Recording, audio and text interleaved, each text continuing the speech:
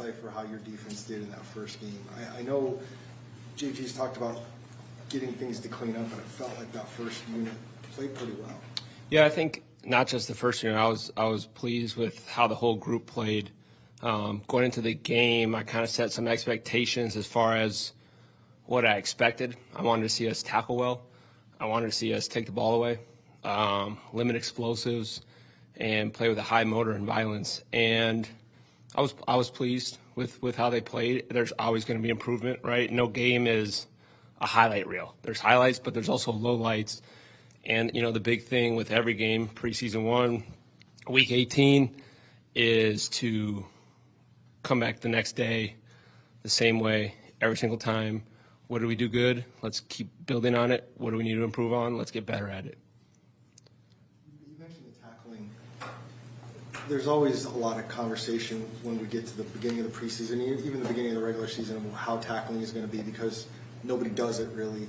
What's your kind of theory on that, and were you pleasantly surprised that tackling was pretty good? Yeah, I thought the tackling was good. There's different things that you can do to work on it without actually tackling in practice, right? So you got to work at the skills that lead up to the point of attack, the track, as we call it here, which is, you probably refer to it as angles. And when you take poor angles, that's when you can lead to the ball cutting back on you, and that's when hidden yardage happens. That's when explosives happen. So I thought our angles were really well. That's something you can work on all the time in individual and in team periods 7-on-7, right, and taking the right track. And I thought we did a good job with that in the game. We do work on getting our bodies in the correct position within the approach, right? So that's getting into the right posture depending on the type of tackle. And then we will work some through the point of attack, starting in a fit position during these periods more in individuals so that they get used to, once I've made contact, how do I wrap and drive or wrap and roll or sweep through the ankle or whatever that tackle is. There's different types of tackles. We'll work that. So you have to work it during camp in a broken down fashion. And obviously the thing that going out there in the game is the first time we're putting it all together, right? And that's where you have to keep working the real thing. But I thought they did a good job with it. What were your expectations for Zaven going into the game, and then what did you take away from his performance? Yeah, I think I kind of had the same expectation for every player. That was to tackle well, that was to play with good motor, violence, take the ball away. And Zaven and really that whole group did a really good job of setting violent edges in the run game. They're closing in on the quarterback very well. I was pleased with the rush. So, my expectation was a little bit more macro for the whole defense.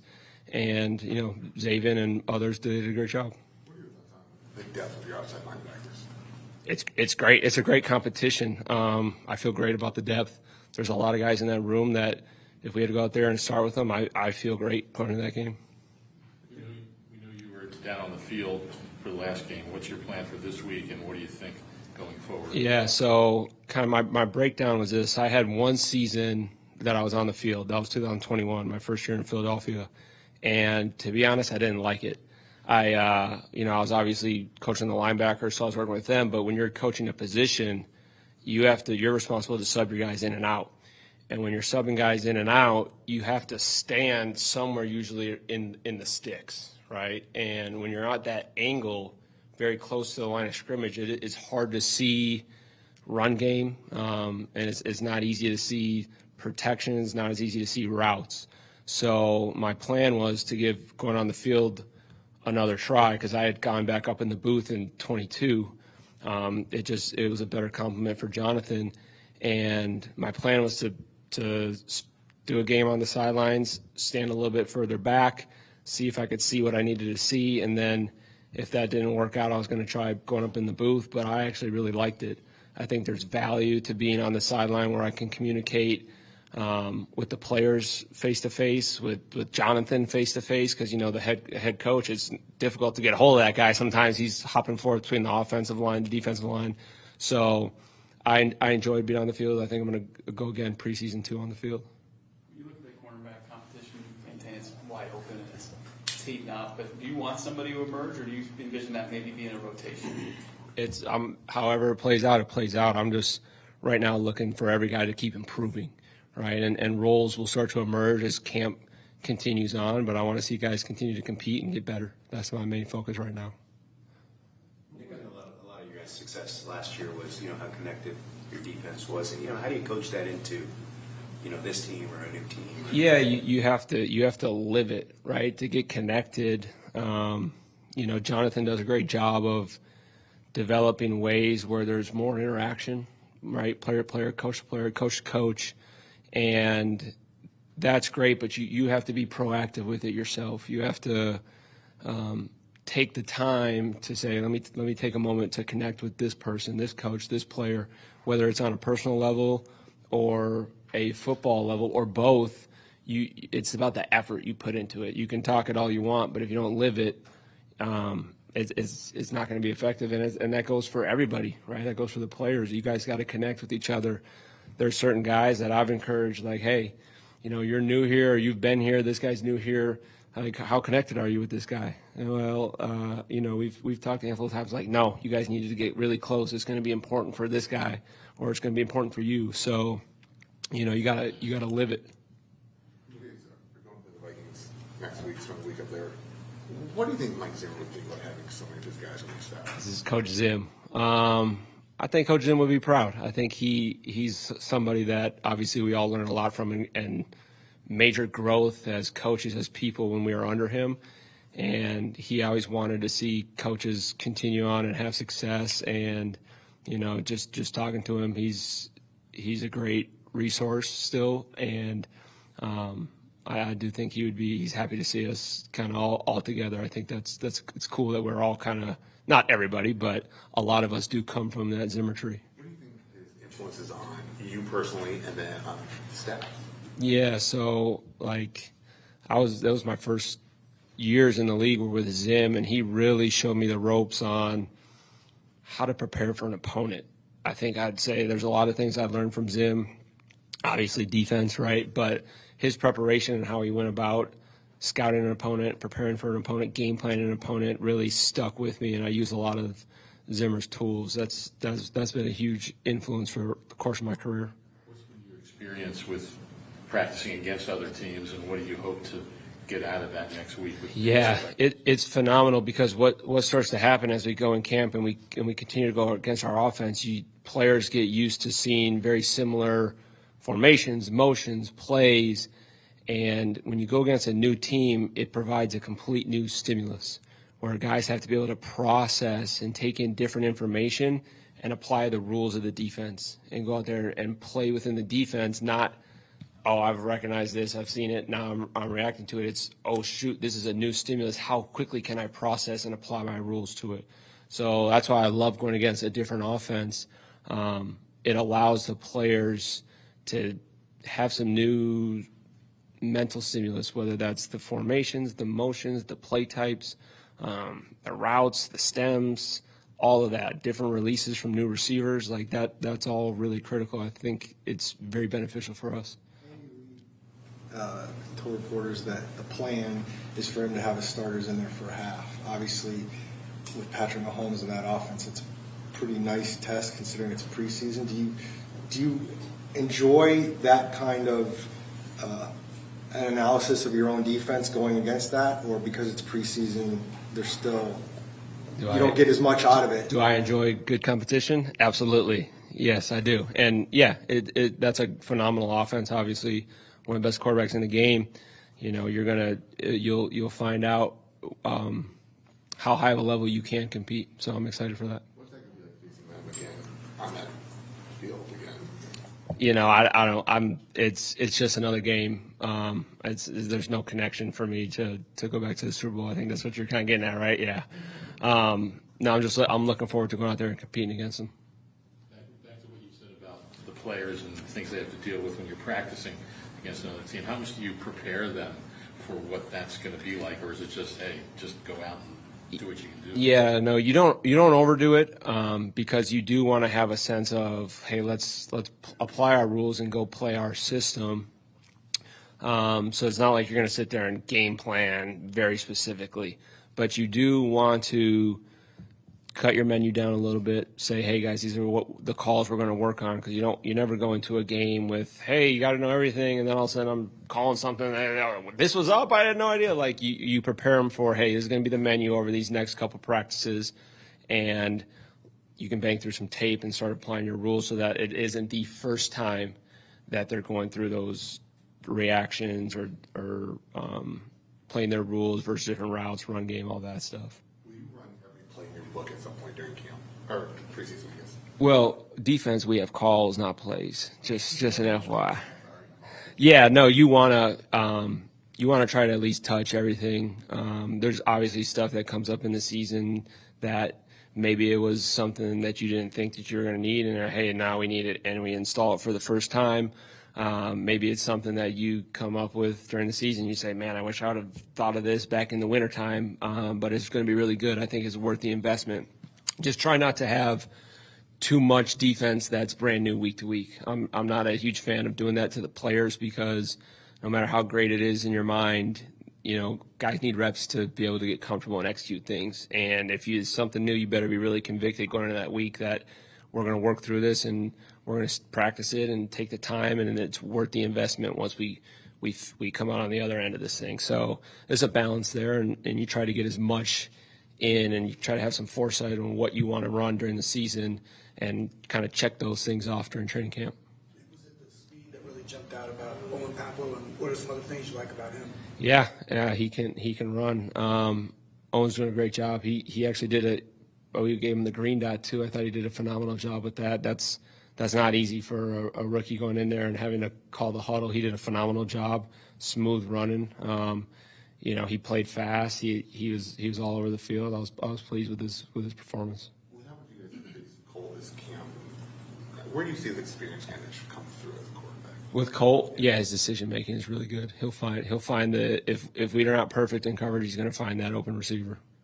How do you think Drew has made you a better coach? I mean, competing against his offense, how do you think on the defensive side he's made you better? He made me better long before we were in Arizona. To be honest, when we were in Minnesota, just constantly communicating with me, educating me on what is difficult from an offense perspective. Certain coaches around the league that he felt were good defensive coaches, that turned into me really studying what they do, and has helped shape and kind of form a lot of my thought process or philosophies on things. So Drew was very beneficial early in my career, and on offense right now, he's going to put your rules in dilemma, and you better make sure that you are ironed out. Now, you can't change rules just because they don't work, because not every call is going to defend everything perfectly, but he has great complements throughout his offense where you might be taking one thing away and he's got something he's going to come right back to hurt that defense, whether that's coverage, their protections versus blitzes, whatever that is.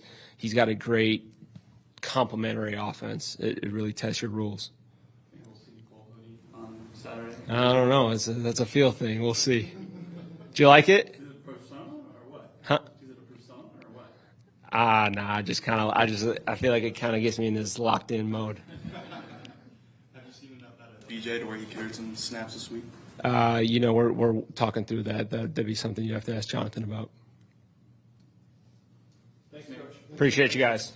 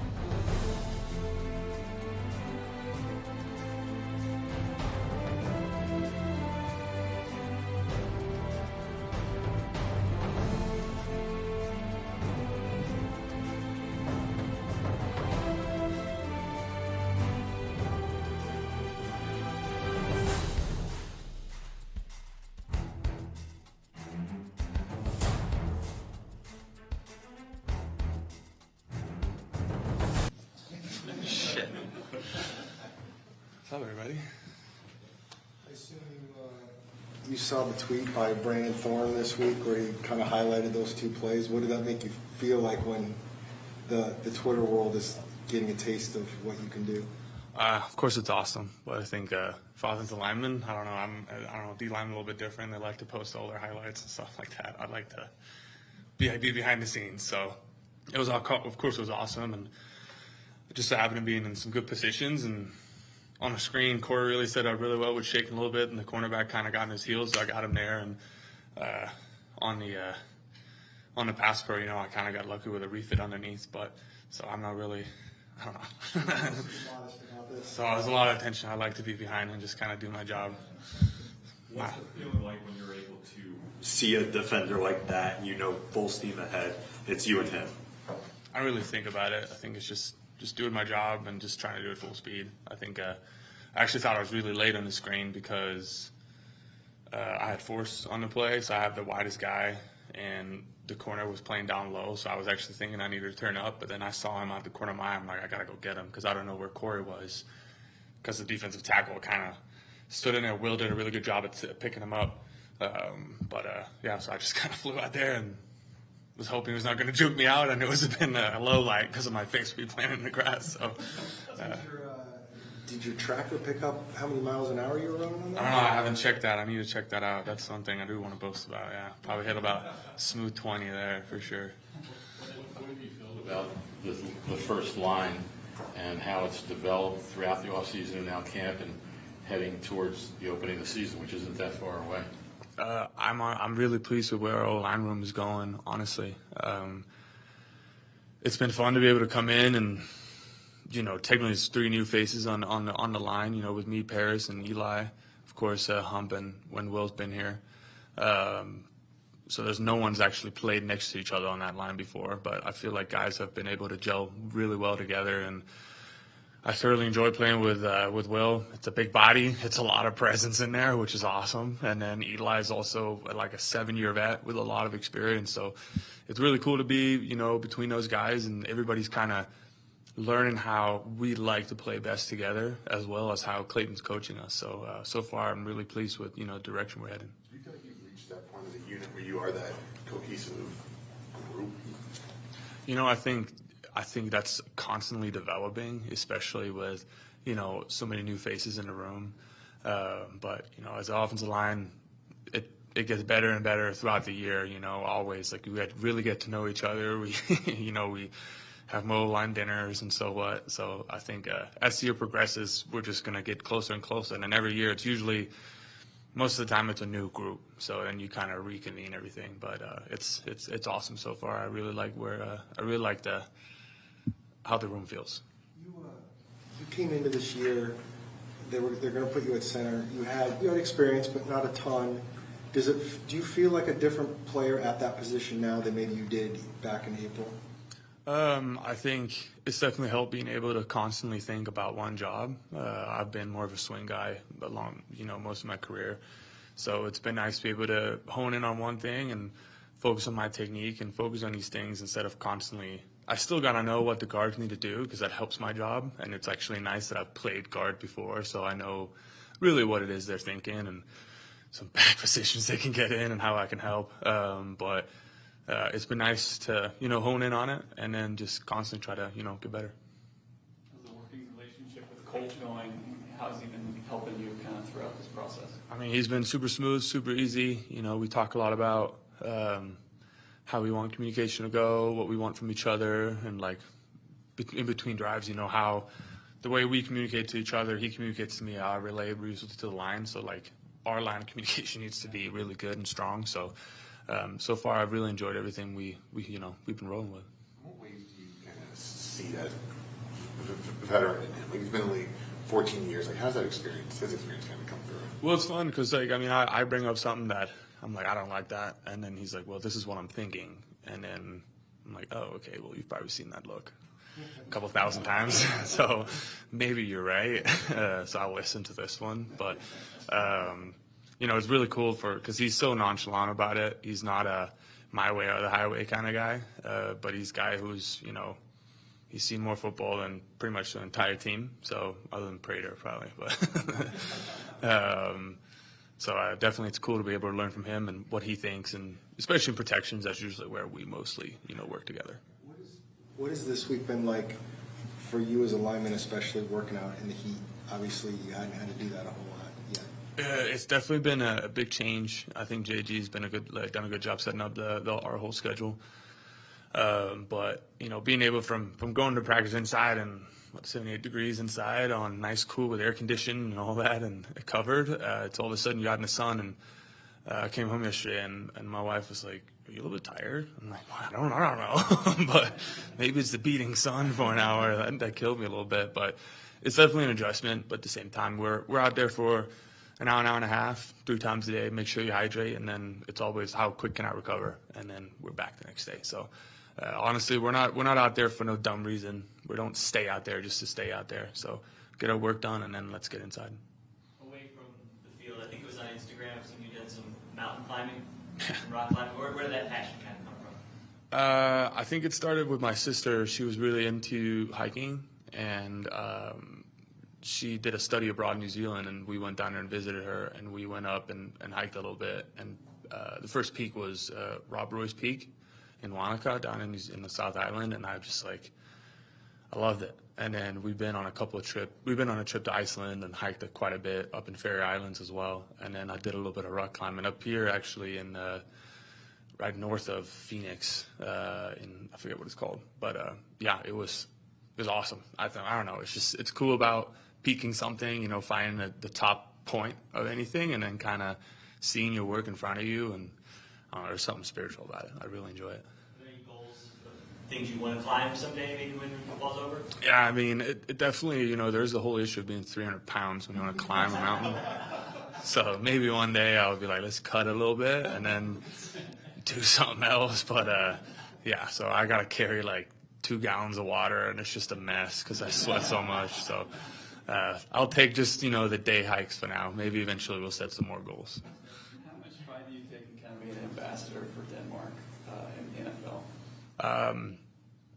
I think it's come more throughout my career. I think initially I didn't really think much about it, but, I take a lot of pride in going out there and representing Denmark to the best of my ability, and also hopefully, shine some light on football in Denmark so small kids can, have more of a want to go play football, because it's not, the first sport. You don't wake up and like, I want to play football. You wake up and you're like, I want to play soccer or handball. Handball is really big back home. So it's been cool to see there's a change in some of the more higher level club leagues back home, and there's also a lot more Danish guys that are over here in college. A couple of guys that might have a chance in the next couple of years, have a chance here in NFL, and so it's cool to see, young kids DMing me and like, hey, I seen you. My dream is now to be an NFL player, and I'm like, that's so cool. Like, I never thought about that when I was there. There was no one really for me to be like, oh, that's reachable. So it's cool to be in a position I'm in, and I'm happy to help whoever. If I see the message, help any Dane who messages me. There was another highlight of you putting Zach Allen kind of left his feet. Was there any kind of? Did he say anything after that play went down? Ref came up and said, "Keep your hands inside," and that's about it. And so I don't remember. I don't know. I actually thought I did bad. I didn't really notice it before because I was a little bit behind. On the slide, the point was in front of me, so I looked a little bit late, and I actually thought I just don't want it to be a sack, so I didn't really think much about it until we saw it on tape. So. What's the best O-line dinner so far? We haven't really had a ton yet, but I think the best one is the rookie that's coming up, the rookie dinner. So we got 2 good rookies in our room, so that's going to be awesome. So I'm looking forward to that. Yeah. How would you assess how you've done so far throughout this training camp preseason, and between now and Washington, what do you want to accomplish? I think so far I'm happy with what my preparation has been. I think that's one of my main points, at least in something that I wanted to achieve is, okay, how can I just be good for Sunday? What do I need to do to not only prep for the game, but physically prep, mentally prep? And I think that's something that I've tried to fine tune throughout. And then the schedule has been really awesome for us and, set us up for success. So I've enjoyed it so far. And, Washington is still 3 weeks away, so there's still a lot of time to, continue to prep, and we're excited for that. But yeah, I'm ready to kick off the season, man. Camp is always fun the first couple of weeks, and then you get a little bit of a lull, and then you're like, all right, now we're close. So it's I'm happy where we're at. What are you looking to get out of next week, practicing against the Vikings? Joint practices are always fun. They're almost harder than the game itself because, you're flying out there in different looks and it's unscouted. You don't really know what you're doing or what they're going to be doing. So it's always a challenge to go out there. And then you also take a lot of pride. It's kind of the screen, the TV, the camera's not on. It's just like your boys against their boys. And you're just getting a good old fight, getting after it. So it's awesome, to get out there and also do it for your teammates out there. So it definitely builds a lot of camaraderie within the team, and we're definitely going to get better from it.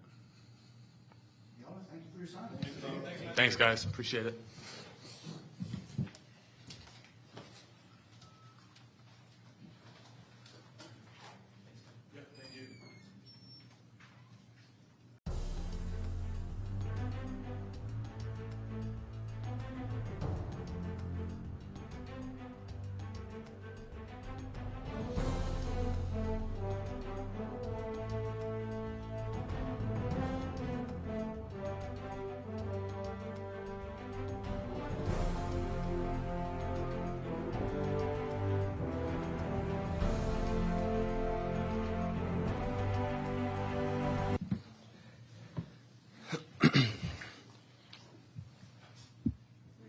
Game under your belt. How does it feel afterwards and looking at the tape and how you did?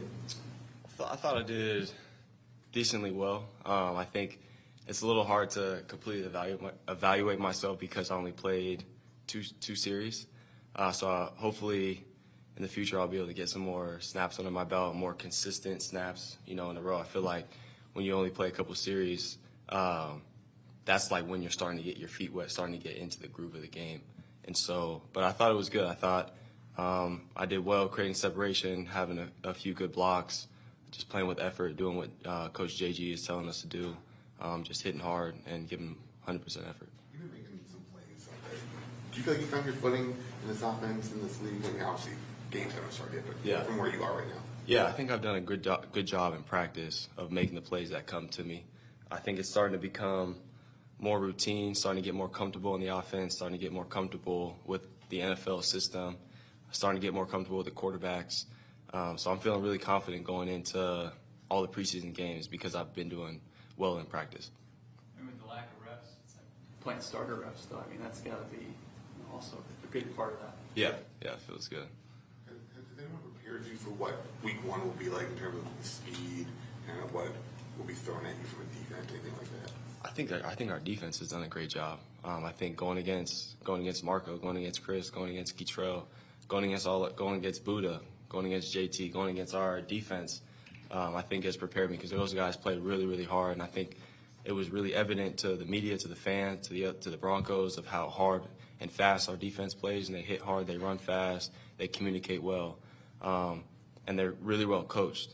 Right, I think our DB coach does a great job of coaching up our DBs with the in-shot technique, and they stay extremely square at the line of scrimmage. So I feel like if I'm able to make plays in practice, I think come game time it's going to be easier to do than if we weren't getting a good look in practice. But I think our defense has done a great job of preparing our offense for what we're going to see on game day.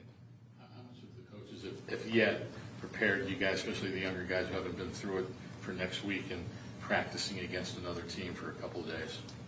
Honestly, we've kind of went over the logistics, but JG's done a really good job of focusing on one thing at a time, right? And so our focus right now is on Kansas City Chiefs. And once that game is over, then I think we'll start flipping the switch and focusing on Minnesota. But in OTAs, he alluded to the importance of a joint practice, especially for the rookies from an evaluation standpoint, because that'll be one of the first times, or the first time in the entire training camp period that we'll be doing 2 high days. And so it's very paramount that we attack that day and compete because Minnesota's a good football team and they're going to bring everything we have. So it's important we match that energy. Who have you kind of leaned on for like a mentor, or just some insight navigating training camp and preseason? Yeah, definitely all the vets in the room, between Andre, between Greg, Zach, Hollywood. Everyone's done a great job of kind of taking me under their wing, being honest with me, giving me confidence, showing me the ropes, being like big brothers to me. So I'm fortunate for our receiver room for, I guess, just being good men, and really, truly, like, rooting for me and wanting the best for me. What's something you focused on to become sort of a friendly target no matter who's throwing you the football? Yeah, I think just, football is a game of, there's 11 guys on the field, but at the end of the day, it's a one-on-one game, right? And we talk a lot about doing your 111th, winning your one-on-one, right? So on every given play, you have one assignment and one job, typically. And so if I can execute my job at the highest level, if that means, finding an open zone, then that's doing that. If it's beating press coverage, then it's doing that. If it's making a contested catch, it's doing that. And if you consistently do that over, X amount of practices, that's going to give the quarterbacks confidence in you, the coaches confidence in you to call plays for you, and your receivers confidence in you, receiver coach confidence in you, to vouch for you, to put you in that situation. And so I think I've done a good job of that, and I'm just going to continue on focusing on my 111, focusing on my job, focusing on winning my one-on-one, catching the football, just showing up and being really consistent every single day. Michael, how does Colt help you? And do you ever remember watching anything on any highlights of him growing up? You said who? Colt. Colt McCoy? Yeah. It was funny. I was just having a conversation with Clayton yesterday. Like, everyone knows Colt McCoy. Everyone in the football world knows Colt McCoy because of what he did at Texas. And my receiver coach in college, Bobby Kennedy, was actually there. He was a receivers coach at Texas. So he would tell me stories of Colt, of Vince Young, of Jordan Shipley, of how that team, what that team morale was like, and how they're able to kind of spearhead that Texas football program to multiple national championships and competing in national championships. And he was telling me, like, we were 10 wins this year, 10 wins this year, 10 wins this year. And he would tell me of how good of a leader Colt was and how if things got, a little rough at times, he was one of the guys that would bring the team up and say, we're okay. This is what we're going to do. We're going to get the job done. And so, he's a football legend. Obviously, he's had a great career, year 14 in the NFL. But I've known about Colt since I was in the 5th grade. I was probably 10 years old when he was doing really well with Texas. How's this month been with you and Sophia? I mean, just going to the next level, both your careers and just the positives, negatives, all that.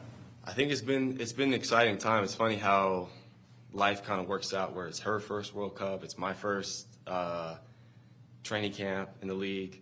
And so, when she had her last game against Sweden when they lost, like my first preseason game was the next week. So I think it's kind of interesting how the parallels of our career, like she played her first World Cup game and 2 weeks later I'm playing in my first preseason game. So it's definitely been a lot for sure because training camp is already stressful enough. Then I'm stressed about how the World Cup is going and staying up late to watch her games, which is a lot in itself because there's so much at the line because it's a World Cup. But that's what you do when you just, in a committed relationship and trying to work through things. You just got to support each other and got to be there for one another when time gets hard and things get hard. And that's what we do a good job of. So you were able to watch every single game even though they were super late? I watched every single game. So the Vietnam game was smooth because I was at 6 o'clock on Friday. Then the Netherlands game was during meetings. So I was able to catch the beginning of the game and then the last 15 minutes or so. And then the last two games, one was at 12 a.m. when they played Portugal.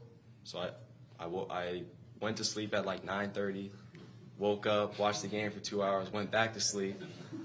And then the last game when they played Sweden, that was after we had a scrimmage.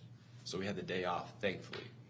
Right, and so that was good that we had a day off because that game was like from 2 a.m. to 5:30, But I wouldn't miss I was talking about with Zach. He's like, "You gonna wake up?" I'm like, "Bro, of course I'm gonna wake up. I'm not missing a World Cup game." Like, you only get so many in a lifetime. So I feel like regardless of whatever time it is, you have to allocate time to make sure you don't miss those games because they're like gold because you don't get them very often. Was it watching because of so many of the expectations for the team and obviously didn't work out? How tough was it watching? I think obviously from the U.S. standpoint, like I still believe they're the best team in the world, but that's the nature of sport. And I think from watching the game, it was evident from my standpoint. I'm not a soccer expert, but I feel like the U.S. outplayed Sweden in the 120 minutes. But when it comes down to penalties, and Sophia was explaining to me, like pretty much any team can win because it's more of like what team is on the day with those penalty kicks. And so that's the nature of the game. They've had so much success and so much to be proud about in the last, however many years since the U.S. women's national team has been around. But I know from Sophia, from all the young players on the team, like they're going to respond the right way. And they're all super young. Sophia's just turned 23, so she's hopefully got 2 more World Cups, if not 3, to go kind of reclaim and restake the U.S. dominance. So I'm excited for the whole team. Thanks, Michael. Thanks, guys.